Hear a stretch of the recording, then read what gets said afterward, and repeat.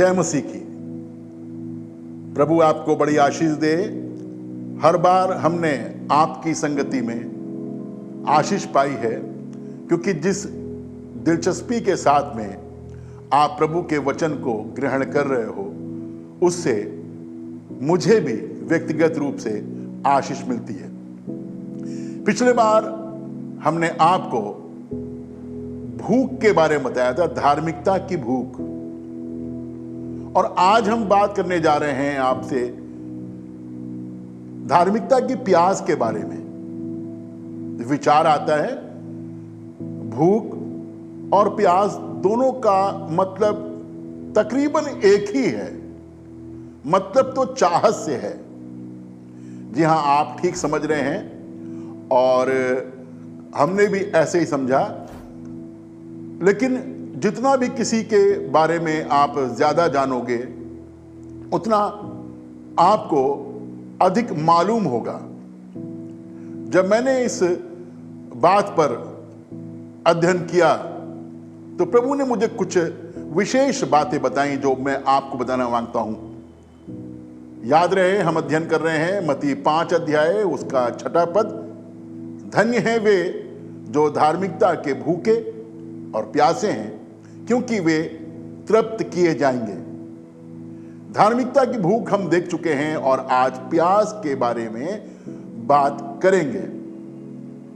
देखिए, खाना तो हम दिन में 3 बार खाते हैं। सुबह नाश्ता करते हैं, दोपहर में दोपहर का भोजन और रात में रात का भोजन। और अगर डायबिटिक हैं तो इसी खाने को 5 भागों में बांट लेते हैं और हम 5 बार खाते हैं। लेकिन प्यास के साथ में, पानी के साथ में यह वाली विधि लागू नहीं होती, क्योंकि पानी की आवश्यकता तो हमें बिना भूख के भी होती है। और सुबह से लेकर के रात के सोते समय तक हम कई बार पानी पीते हैं। हर बार खाना नहीं खाते हैं, लेकिन पानी हम कई बार पीते हैं। और कुछ लोगों की तो आदत यहां तक होती है कि रात में भी पानी रख करके सोते हैं, क्योंकि उन्हें बिना पानी के नींद भी नहीं आती। तो आप समझ रहे होंगे कि प्यास भी कितना अधिक महत्व रखती है। किसी ऐसी जगह आपको ले जाएं जहां पर पानी ना हो। अक्सर लोग कहते हैं, यार ऐसी जगह जाकर मारा है जहां पानी ही नहीं। इसका मतलब पानी बहुत जरूरी है। पुराने समय में, अब तो हम मॉडर्न जमाने में रह रहे हैं, हम पुराने जमाने की बात कर रहे हैं। जब शहर बसाए जाते थे तो नदियों के किनारे शहर बसाए जाते थे। नदियों के पास, नदियों के किनारे शहर बसाए जाते थे। दिल्ली यमुना के किनारे बसाई गई, गंगा के किनारे कुछ शहर बसाए गए। सिंधु नदी के बारे में आपने सुना है, वहां की सभ्यता के बारे में आपने सुना है, वहां नगर बसाया गया। तो जहां जहां नदियां होती थी वहां वहां शहर बसाया करते थे। और जहां जहां पानी होता था लोग वहां बस जाया करते थे। मुझे गौरव प्राप्त हुआ कि मैं इस्राएल जाकर के उन जगहों को देखूं जहां पर यीशु मसीह चले फिरे। तो जब हम मृत सागर से, डेड सी से यरीहो की तरफ जा रहे थे, तो ऐसी बहुत सी जगहें दिखाई पड़ी जहां पर हरियाली नहीं थी। लेकिन जहां हरियाली थी वहां पर कहीं कहीं टेंट लगे हुए थे। और वो जान जाते थे लोग कि यहां हरियाली है तो यहां पर पानी जरूर होगा। जगह जगह पे हमने लिखा हुआ देखा है, जल ही जीवन है। जी, मेरे साथ एक आयत पढ़ें और वो मिलेगी आपको भजन 42 और उसका पहला और दूसरा पद। जैसे हिरनी लिखा है, जैसे हिरनी नदी के जल के लिए नदी के जल के लिए हाफती है। हाँफती है। कोई भोजन के लिए हाँफता नहीं है, पानी के लिए अक्सर लोग हाँफते हैं। जैसे हिरनी पानी के सोतों के लिए हाँफती है, वैसे ही हे परमेश्वर, मैं तेरे लिए हाँफता हूँ। मैं तेरे लिए हाँफता हूं। हिरनी की प्यास, मृग तृष्णा बहुत मशहूर है कि जब तक पानी नहीं मिलता वो भागती जाती है। मरुस्थल में, रेतीले स्थान में जब रेत दूर से पानी की तरह चमकती है, वो भागती जाती है। एक ऐसी प्यास जिसे नेवर एंडिंग थर्स्ट कहते हैं, कभी खत्म ना होने वाली प्यास। यूनानी में इसको दीप सा ओ कहा गया है, जिसका अर्थ है कभी ना खत्म होने वाली प्यास। ऐसी प्यास प्रभु चाह रहा है। एक शब्द और है, और वो भी यूनानी भाषा का है, और वो है अन अम आरते तोज। इसका मतलब होता है दैट इज विदाउट सिन। एक ऐसी लालसा, एक ऐसी अभिलाषा जिसमें पाप नहीं है। मैं एक्सप्लेन करना मांगता हूं आपको कि जब प्यास लगती है तो किसी और चीज से नहीं बुझती है। कोल्ड ड्रिंक से प्यास नहीं बुझती, कुछ अच्छा लगता है, तसल्ली मिलती है, लेकिन प्यास नहीं बुझती। एक बार हम लखनऊ से किसी शहर जा रहे थे, खादिम के साथ थे, और रास्ते में पीने के लिए हमने कोल्ड ड्रिंक रख ली। 1.5 घंटे का सफर था, और 1.5 घंटे में हमने 3 कोल्ड ड्रिंक खत्म कर दी। जब हम वहां पहुंचे तो हमें मालूम हुआ हमारा पेट खराब हो गया। वो कोल्ड ड्रिंक हमारी प्यास बुझा नहीं पाई। शरबत बना लीजिए, लस्सी बना लीजिए, लेकिन जो बात पानी में है वो किसी और चीज में नहीं है। तो पानी की प्यास किसी और चीज से नहीं बुझती है।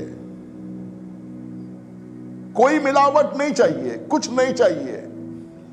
ऐसी लालसा जो कुछ और नहीं लेकिन पानी ही चाहती है।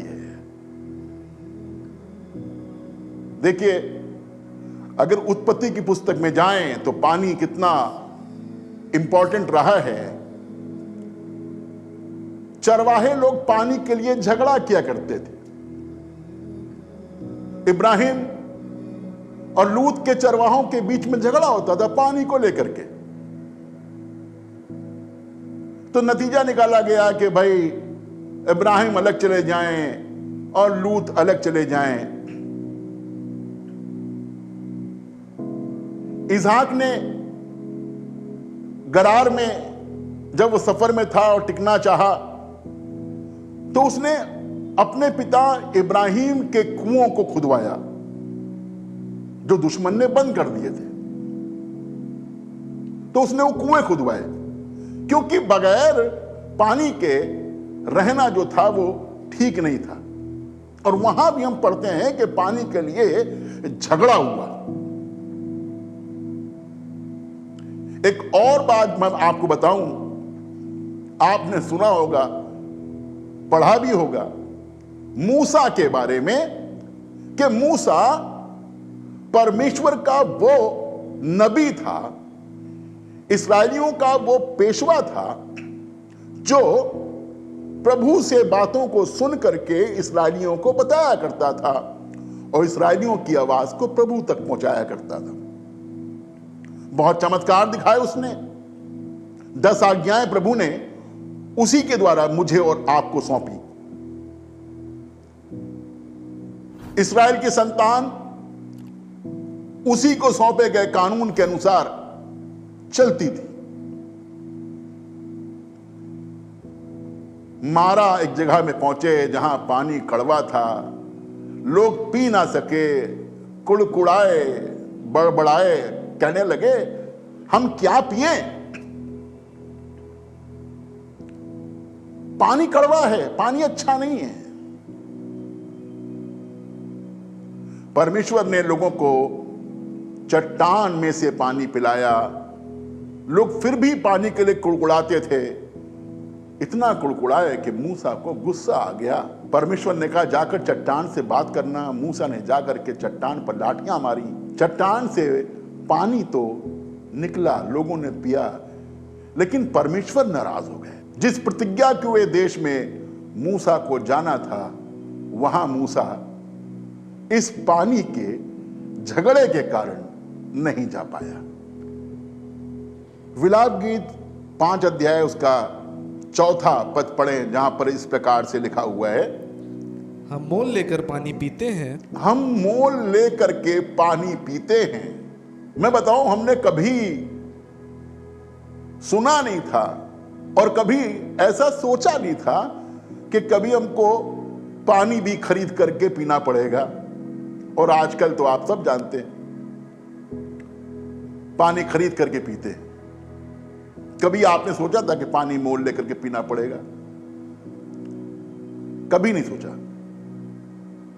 पानी इफरात बहुतायत के साथ में हमको मिल जाता है, लेकिन आज के युग में हमें पानी मोल लेकर के पीना पड़ता है। हजारों साल पहले यह हो चुका है और यह हो रहा है।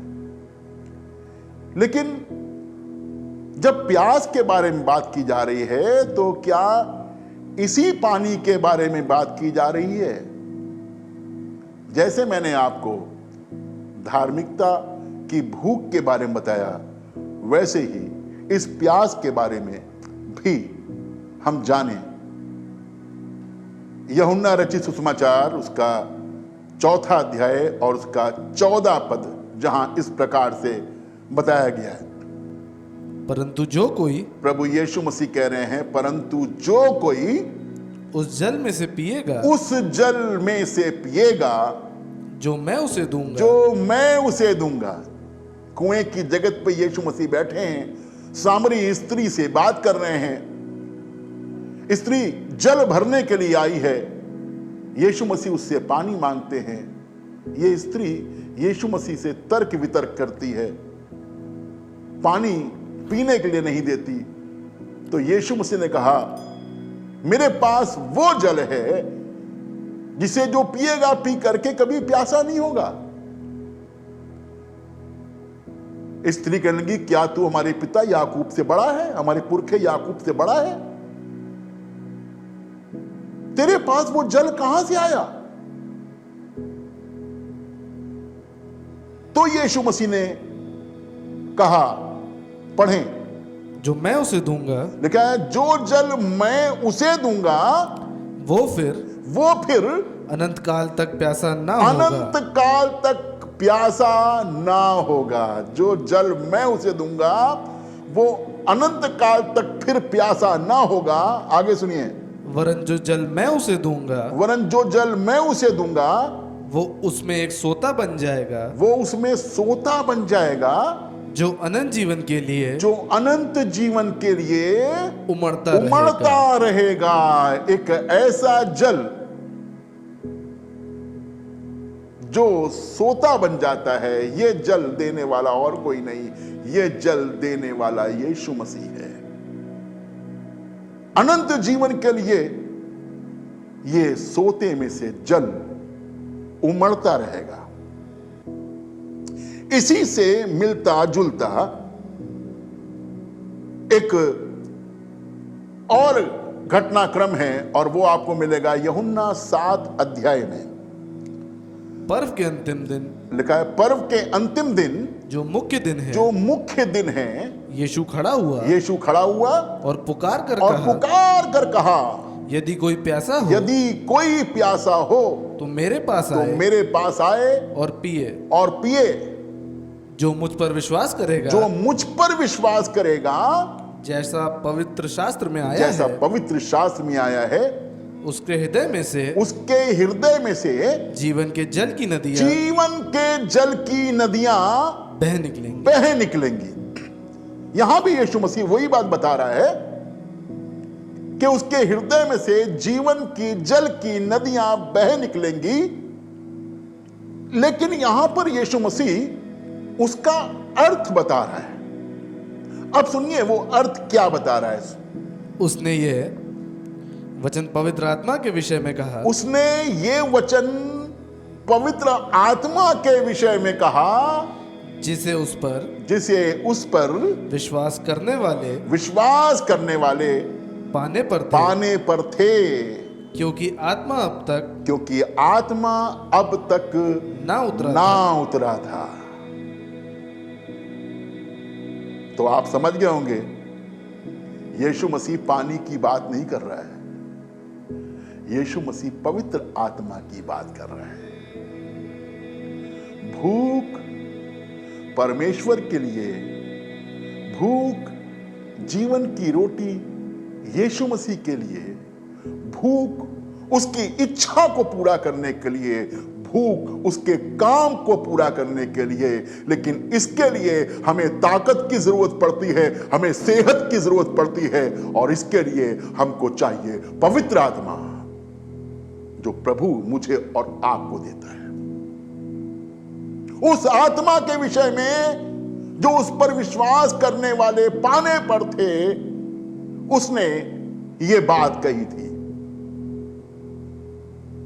अगर उसका आत्मा हमारे पास में नहीं, वो पवित्र आत्मा हमारे पास में नहीं, तो हम उसकी सेवा करने के लिए अपने आप को सक्षम नहीं पाते, क्योंकि हमें बल नहीं मिलता, हमें सामर्थ्य नहीं मिलती, हमें सेहत नहीं मिलती। जरूरत इस बात की कि हमें बल मिले, सेहत मिले, सामर्थ्य मिले, ताकि प्रभु के काम को प्रभु की इच्छा के अनुसार करने वाले हो सके। और ये प्यास हमें पल पल चाहिए, ये जीवन जल हमें हर पल चाहिए, ये पवित्र आत्मा हमें हर पल चाहिए।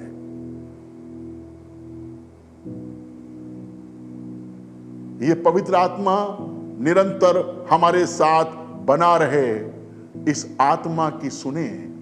वचन में लिखा हुआ है, जिसके कान हो वो सुन ले कि आत्मा कलीसियाओं से क्या कहता है। ये आत्मा ही है जो हमें सामर्थ देगा, जो हम प्रभु के लिए कुछ कर सकें, कुछ बोल सकें, उसकी इच्छा पूरी कर सकें, उसका काम कर सकें। ये भूख, ये प्यास इतनी ज्यादा होनी चाहिए, जैसे यीशु मसीह ने कहा, तेरे घर की धुन मुझे खा जाएगी।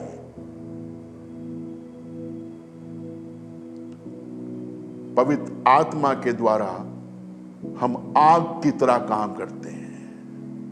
पवित्र आत्मा के द्वारा हम अपनी प्यास को भी शांत करते हैं और दूसरों की प्यास को भी हम शांत करते हैं। मेरे साथ एक पद निकालें और मिलेगा आपको प्रकाशित वाक्य, उसका 22 अध्याय और उसका 17 पद, जहां इस प्रकार से बयान किया गया है। आत्मा और दुल्हन, लिखा है आत्मा और दुल्हन दोनों कहती है आ। आत्मा और दुल्हन दोनों कहती हैं आ, और सुनने वाला भी कहे। देखिए इन्वॉल्वमेंट जो है आत्मा का भी है, दुल्हन का भी है, और जो सुन रहा है यानी आपका भी है। आत्मा और दुल्हन दोनों कहती हैं आ, और सुनने वाला भी कहे आ। जो प्यासा हो वो आए, और जो कोई चाहे वो जीवन का जल और जो कोई चाहे वो जीवन का जल सेत मेत ले, सेत मेत ले, बिना किसी दाम के पवित्र आत्मा बिना दाम दिया जाता है। शमाउन नाम के जादूगर ने रुपए ला करके उसे खरीदना चाहा, खरीद ना सका। ये सेंत मेत में प्रभु देता है, प्यास होनी चाहिए और वो दे देता है। पवित्र आत्मा के लिए प्यास, जीवन जल के लिए प्यास। अगर आप ये आस, ये प्यास कंटिन्यू रखेंगे तो आपको पवित्र आत्मा, जीवन का जल मिलेगा। इसमें सामर्थ है, इसमें बल है, इसमें जोश है, जो आपको प्रभु की सेवा करने के लिए, प्रभु की इच्छा को पूरा करने के लिए, प्रभु के कार्य को पूरा करने के लिए सामर्थ देगा, बल देगा। ये अनंत जीवन का जल है जो हमें तृप्त करता है। प्रभु आपको इस जीवन के जल से तृप्त करे। आइए प्रार्थना करें। प्रभु धन्यवाद करते हैं, तुम्हारा बहुत अच्छा प्रभु है और तूने अभी तक हमको संभाल के रखा है। प्रभु तू हमें रोटी दे रहा है, हम तेरा धन्यवाद करते हैं। तू हमें भोजन दे रहा है, हम तेरा धन्यवाद करते हैं। प्रभु इसके साथ साथ हमें अनंत जीवन के भोजन और अनंत जीवन के जल की आवश्यकता है। तेरा वचन, तेरी इच्छा, तेरी सेवा, तेरी धार्मिकता, तेरे पवित्र आत्मा की आवश्यकता है। प्रभु हमें भर, हम पर अनुग्रह कर ताकि हम इनकी आवश्यकताओं को समझें और तुझसे मांगें, क्योंकि तूने कहा है जब तुम बुरे होकर अपने बच्चों को भली वस्तुएं देना जानते हो तो तुम्हारा स्वर्गीय पिता जानता है वो तुम्हारे मांगने पर तुम्हें पवित्र आत्मा क्यों कर ना देगा। प्रभु तेरे वायदे के लिए हम तेरा बहुत धन्यवाद करते हैं। अपने आप को, अपने सुनने वालों को तेरे हाथों में सौंपते हैं। यीशु मसीह के नाम से मांगते हैं, आमीन।